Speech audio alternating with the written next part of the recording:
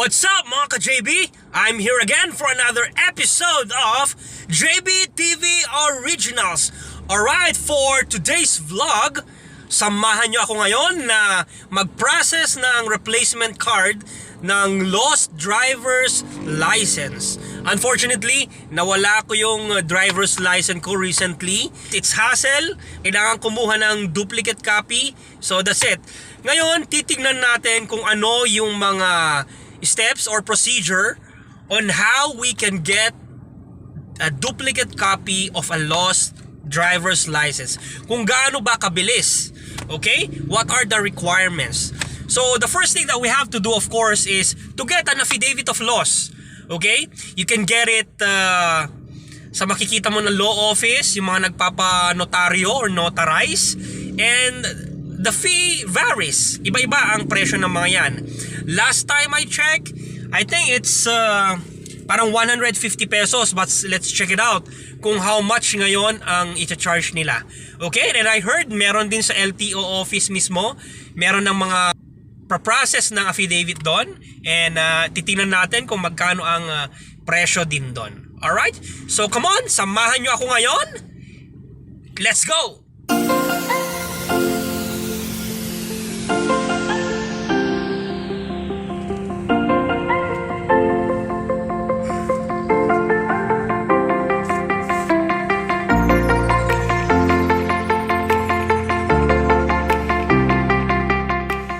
Okay, so now that we have the affidavit of loss, okay, ready na tayo na mag-proceed sa LTO for the processing of the duplicate copy. Okay, I thought 150 pesos lang ang affidavit, but 400 pesos na pala ang bayad ngayon. But anyway, at least para matapos na to and mapalitan na yung nawala na driver's license.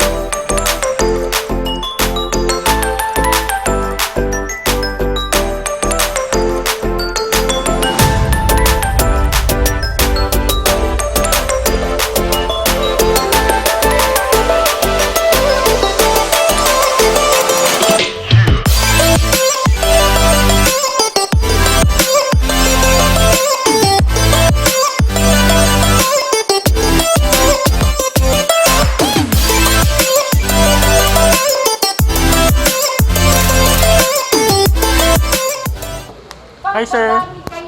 Sir, duplicate. Nandiyan na yung application form, affidavit, saka photocopy.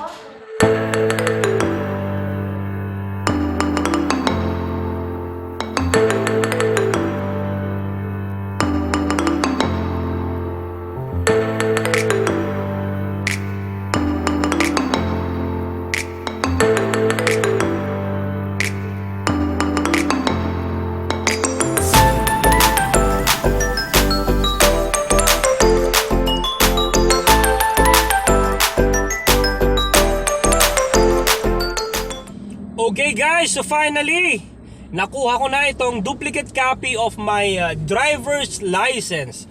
Okay, so it took me like 4 hours na nakapila. Napakadaming applicants today. And mahalaga is na-process ko na to. Hindi na hassle mag-drive, hindi na nakakatakot mag-drive dahil wala kang driver's license. But anyway guys, the summary of the fees na binayaran ko is 400 pesos for the affidavit of loss. And yung card mismo is 472.63 or 473. So the total price is 873 pesos ang nagastos ko. Okay? But if you can look for a cheaper notary or affidavit of loss, 150, 200 or 300, mas better. Okay? I think sa PAW, nag-offer sila ng affidavit of loss doon. It's for free lang. And make sure to check it out, okay? Hindi ko na trinay dahil nagmamadali na ako. Alright? So the first step that we have to do, of course, is make sure that we have an affidavit of loss. And then fill up the application form. Make sure na i-check nyo yung duplicate copy dun sa form. And then photocopy your ID. And then that's it. And then step 2 is payment sa cashier. You're gonna pay 473 pesos. And then step 3 is yung sa photo naman, and then signature, and then fingerprints. And then after that, step 4, which is the last procedure, releasing na. Ganun lang kasimple, alright? So, para hindi hassle ang pagkuha ng duplicate copy or replacement, wag walain ang driver's license. Pag-ingatan, wag nyo akong gayahin. Okay? So, always safe keep all those important IDs we have, alright? Para hindi kayo mahassle and then hindi dagdag gastos, okay? So, anyway guys, I hope you learned something. And, make sure to always like, share, and subscribe. Alright, that's about it. Peace out.